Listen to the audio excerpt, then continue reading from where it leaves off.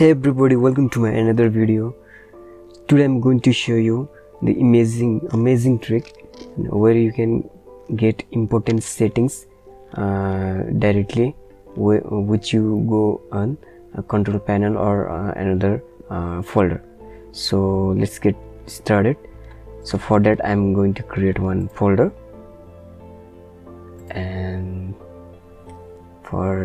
after creating this folder I will rename this folder name. So I will keep this name as this. I have GodMode.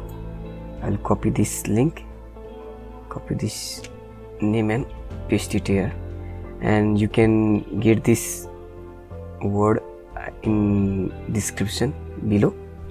I have kept there. So after copying this, I'll paste here and press enter.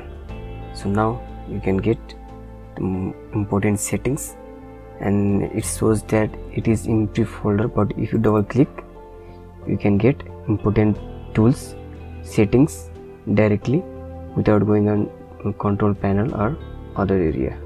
So here you can see most important settings where you go regularly.